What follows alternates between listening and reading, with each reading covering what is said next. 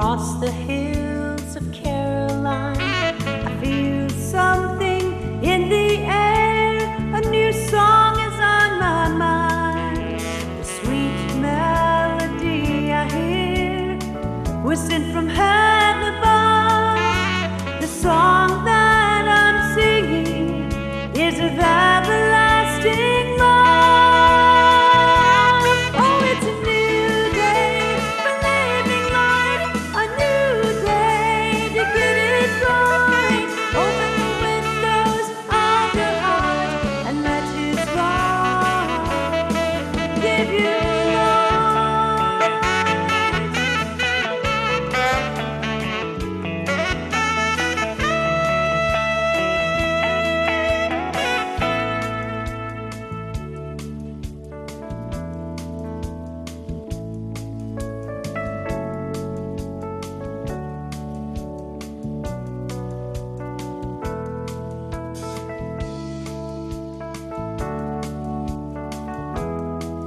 Welcome to Cooking with Miss O. Let's join Mary Beth Oxendine in the kitchen as she teaches you how to cook Southern style healthy. Welcome again to Cooking with Miss O. We're doing another dinner out of my cookbook, and this is the second week. Remember, we did spaghetti with meat sauce, and then we put up half the sauce. I've taken this out of the freezer, so it's about thawed out here, and that's what I did with the second half. So this is the second week, and we're making the meatballs to go with that today. As you can see, I have everything that I'm using here today. I already have my salad already made. My dinner rolls, I put in the freezer after I make those so that I can just pull down one at a time. And I've already thawed that out. Now you can heat it up in the oven. Wrap it in tin foil if you want it warm that way. Or you can just leave it and stick it on a pan and it'll be a little bit crustier that way. I do a pound to a pound and a half for my meatballs, so we're going to do that right now. Let me tell you, I've already got my noodles cooking here, and I put in just enough for one. And how I do that is I waited to show y'all, when I do noodles, the whole wheat noodles, I do just a tad of the olive oil. And that keeps your noodles from sticking, and it also keeps it from boiling over too.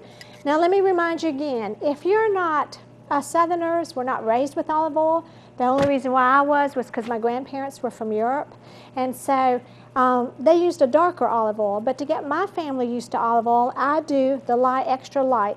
It doesn't have that stronger flavor that some people don't like, so you can always get this at Ingles, and it's wonderful for you. Olive oil and a little bit of butter is the fats that I would use. The coconut oil now is pretty good, but all the rest of them I would really stay away from. I'm doing the angel hair pasta. We started out with the whole wheat pasta, and we did the regular size, and that was a little bit too heavy for my family, so I jumped down to the angel hair for my spaghetti, and that's what I use. And I get this, it's Hodgins Mill. I get this from Ingles too. And you know, my sea salt I get there. I get my Simply Organic spices here, and the one I'm using today is the garlic powder. Remember why you want organic spices. They have not been irradiated, so they still have nutritional value to it. Right now, I'm going to go ahead. I have my meat in here. Let me move this over so y'all can see this. I have my meat in here, and I'm putting in my garlic powder and my sea salt. That's the only spices I use with this. Then I have one organic egg, which of course I get those at Ingles too. Ingles has their own harvest, and then they have another set too, so whichever one's cheapest at that point, that's the one I buy, but they're both excellent. And Harvest Homes by Ingles, that is organics. When they say it's organics, it's great companies. The Harvest Home chicken is Springer Mountain, the whole chicken. And then, of course, they have the Paula Deen in the bags for the little ones. I just whisked that together. I took a whole loaf of my bread that I make, my whole wheat bread, and I put it in my food processor, put it in my Tupperware container, and then here's my breadcrumbs. I use a heaping cup of my breadcrumbs for the meatballs. And then I keep this in the refrigerator so I can use it anytime. If it's over a week that I've got these breadcrumbs, then I put it in a freezer bag and pop it in the freezer because it doesn't stick together, and then you can just pull out breadcrumbs whenever you need it. Everything that it says for cracker crumbs and recipes, like in Southern Living or anything, I use my homemade breadcrumbs. You can put a little butter with it if you want, some seasoning with it or whatever. I use this in my stuffings, on top of casseroles, anything like that. Now, the other thing that I put in here is just onion. Since it's summertime and we can't get those good Vidalia onions, I do the white onion. And the reason I do the white onion is because it's the only one in the grocery store that's grown in the United States in the wintertime. It's a very mild onion. You don't want to, in stuff like this, to use a yellow onion because it's too strong. So all I do is take a half an onion, and actually I might even just do a fourth in here. I cut that in half. And remember, if you're letting kids use a knife, don't have the pointed knife. Have the one that I always told you I did with my kids, where it's rounded and it's not too sharp, because kids could cut this up. I had all the kids in my neighborhood cutting up vegetables and stuff when it was close to dinner time. Tom would walk in and there'd be my kids and it'd be a crowd. Everybody would be cutting. You want people, especially children, when they're excited to do stuff with you, you want them to learn how to cook. My husband's mother, as you know, I do most of her recipes here. She didn't let anybody in the kitchen, her kids and all, much. She was very efficient and did it real good and did it great. And she told me, I didn't realize that, but she told me that, but my husband couldn't cook at all. And she tried to help me teach him how to do an egg. We still don't know where the egg went. He scrambled it so bad that there was just crumbs left in the pan. So you want to get your kids cooking while they're young. And it's fun. If you're a grandmother, do it. Get the teenagers in there and get them cooking. And it was really wonderful because when Tom died, my daughter, she would bribe the neighbor girl to go in and cook with me so she could continue playing Dollhouse or Barbie or whatever she was playing. And I taught that little girl to cook, and now she studied at Clemson in food science. And then my daughter, I thought she hadn't gotten any of the cooking because she didn't really like it. And when Tom died, she took over all the cooking in the house for 2 months for me, and it was wonderful. Now, remember how I always tell you you need live foods? Well, that's why I do so much fresh and raw. If you're in Europe, they buy their stuff every day for their meals, weekly, their breads and their everything like that. And we would be so much healthier. The reason why, one of the reasons we have so much cancer is because if you look when you're buying your stuff, if it has a whole paragraph of what's in that ingredient, it's not fresh, it's not the way you really need to eat. That's why I like the Village Baker, because the Village Baker in Pendleton, I go there some with my children for, we'll do a breakfast there, because the stuff is made fresh, and it's a lady who's from Europe, from the same place my grandmother was from, so I love that place. I just wanted to remind you, my bread is live. That's why we eat that. That's why I use it in everything when I need this. Now, to make sure that I don't get, especially when children are around and you're using raw stuff, you want to be very careful with meats. So I buy these at the dollar store, and they're wonderful. That's the only place I've been able to find them, and then I do my meatballs this way. Let me also show you this. Pampered Chef, you know how I love Pampered Chef. Pampered Chef has 3 different, I use these for cookies and I use these for meatballs. This one I use for sub meatballs, or my guys like big meatballs sometimes too. But I use this, and then you can do a sub sandwich, your own sub sandwich with your own sauce here and with your meatballs. And all you do is melt a little mozzarella on it. This one kids love. This is a kid's meatball size, okay? And it's wonderful because then they can handle their own meatball. This one is the one I mostly use for the spaghetti sauce because it's just the right size. I have a tray of meatballs already in the oven that are almost done, and I have done both of these. So I'm going to do some of this with y'all right now. I also want to tell you that I use the Pampered Chef parchment paper because I get it free whenever my daughter and I do a show or anything like that. So I love that. But you can buy this at Ingles, and it's wonderful. It absorbs the grease. And that's what's wonderful. Don't let it hang down too far down, but when it's cleanup time, it absorbs the grease so you don't have all that mess on your pan. And remember, I always use stainless steel. These are cookie sheets that are stainless steel. I have the Pampered Chef pot here that I'm going to put my sauce in. It's stainless steel. Things don't stick as bad on them when it's stainless steel and it's of a good thickness. Plus, remember, you can have Alzheimer's, get Alzheimer's from aluminum. That's been in a study. They're thinking a lot of other things now too. Now, as I told you, my daughter was first diagnosed with cystic fibrosis, and one of the doctors told us she had 10 days to live. This was, the 10th day was going to land on her 2nd birthday. And this is why I started cooking like this, because they changed the diagnosis. They have just come out with a study that if you have children, or family members or friends who have children, they have cystic fibrosis. If you give them vitamin D3, then it is helping them. And that's just one more thing that tells you that if we have the proper nutrients, which you can only get from live foods, not from processed foods, then you don't run into these things. A lot of the diseases that they thought were genetic are now turning out to be autoimmune diseases. I even make my own cereal, and it's fun, it's easy, and it's cheaper. You would think that all of this is more expensive. It's not. The way I do it, I can feed a family of 4 eating Southern for $50 a week. And we do eat meat too. Somebody asked me that one time, said, "Do you eat meat?" I said, "Yes, we eat meat." And I eat the good quality. Now this hamburger I bought at Ingles, and this is their highest, lowest fat one. I think it's 95%. Not any fat in it, and I love it. So I do this instead of the ground chuck because that also lessens all the grease, and it's better for you that way too. Now, trying to get all these onions in here. I will be right back. Thanks so much, y'all.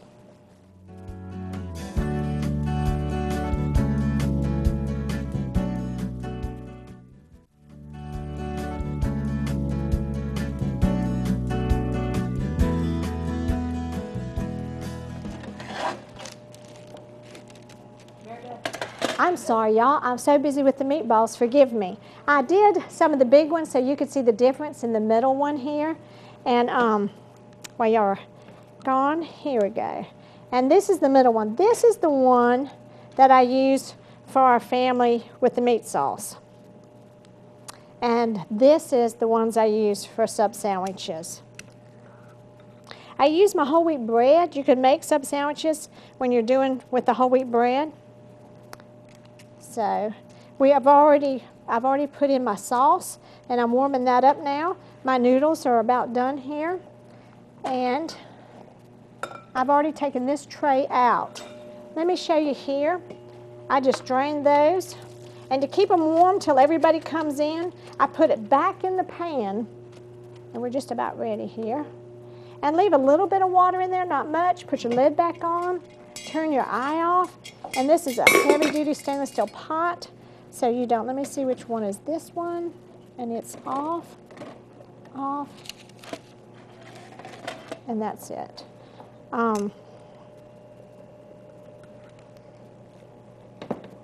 Here we go. We're doing just that.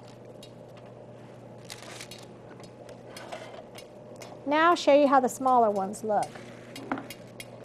Don't usually, when you have to get the bigger ones done, don't put all these different sizes on a sheet like I've done today. I just wanted to show you how they all look, because then the little ones get a little too done.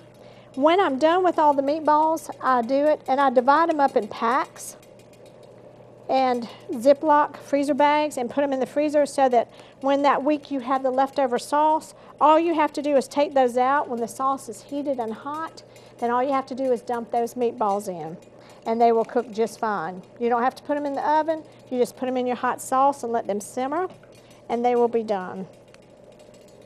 Now you can see the 3 sizes of this that I do.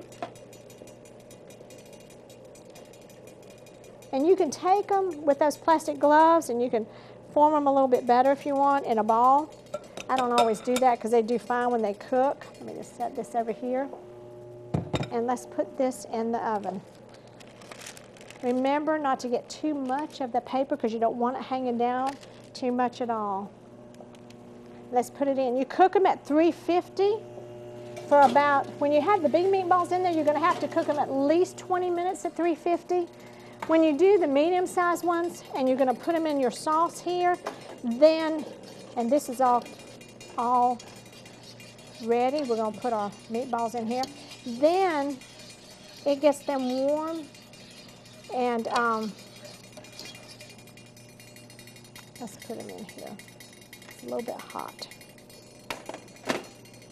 I just dump in here, and I'm going to dump a few big ones in here.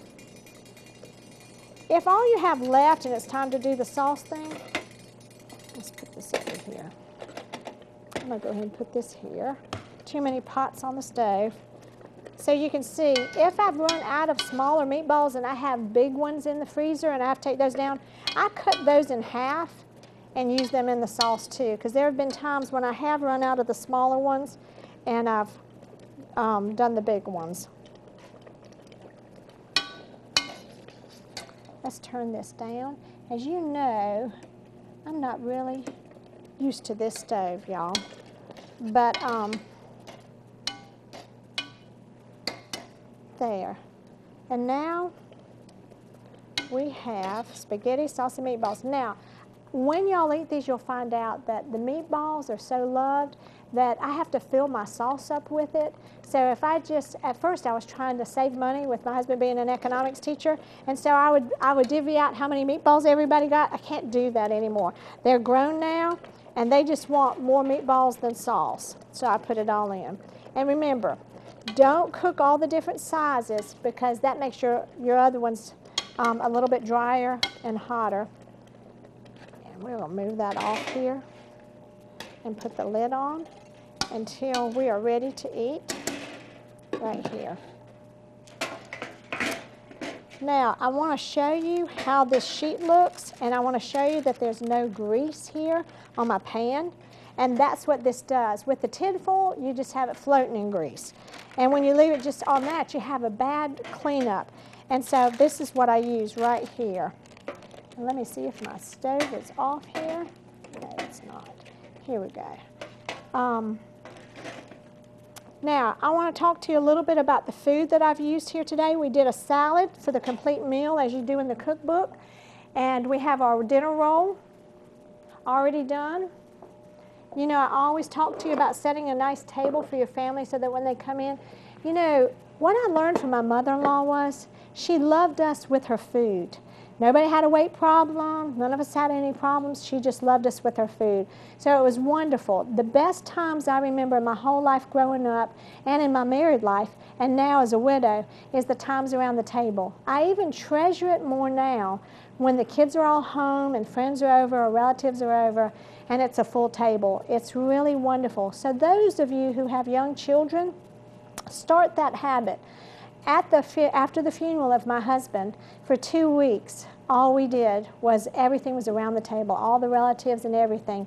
And that was so comforting to me, and we were remembering back to all the fun times we'd had around the table. If you have young children, this is one thing we did.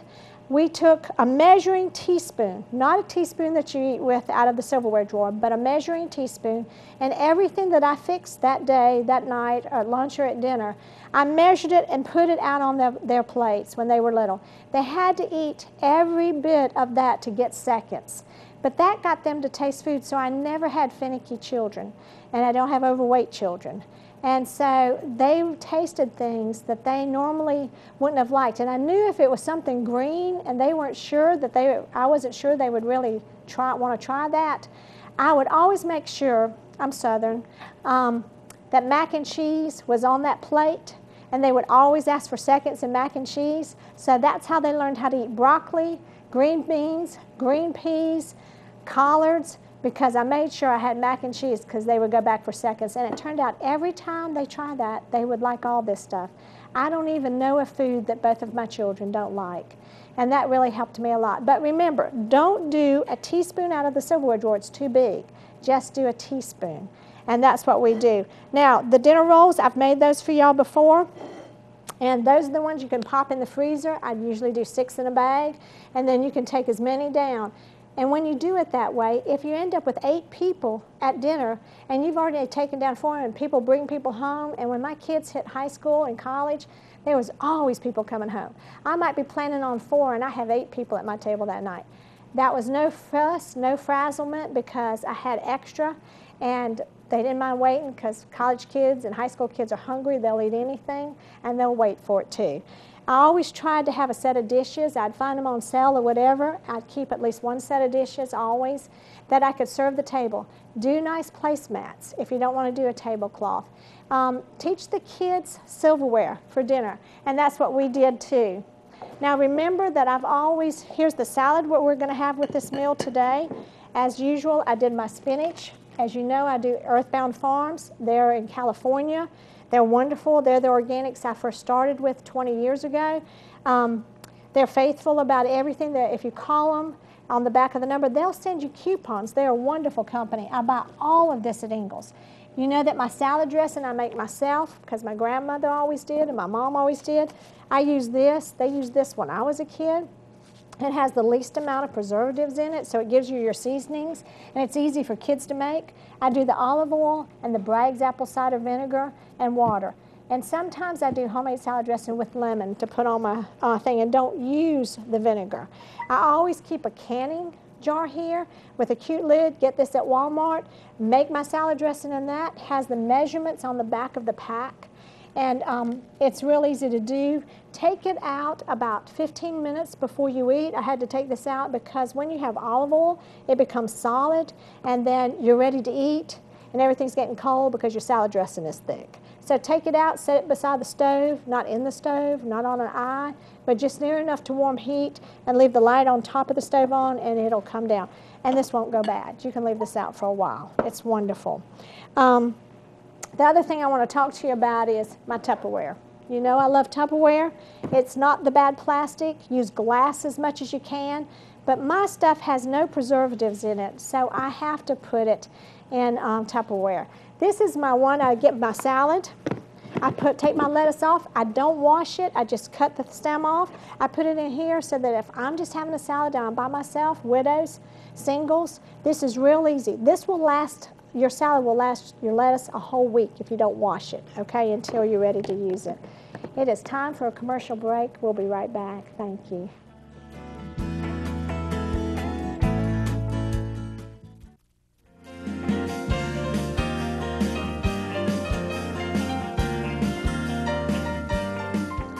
Welcome back. We're ready to serve now. Doesn't this make a lovely table? I'm going to dip out some meatballs.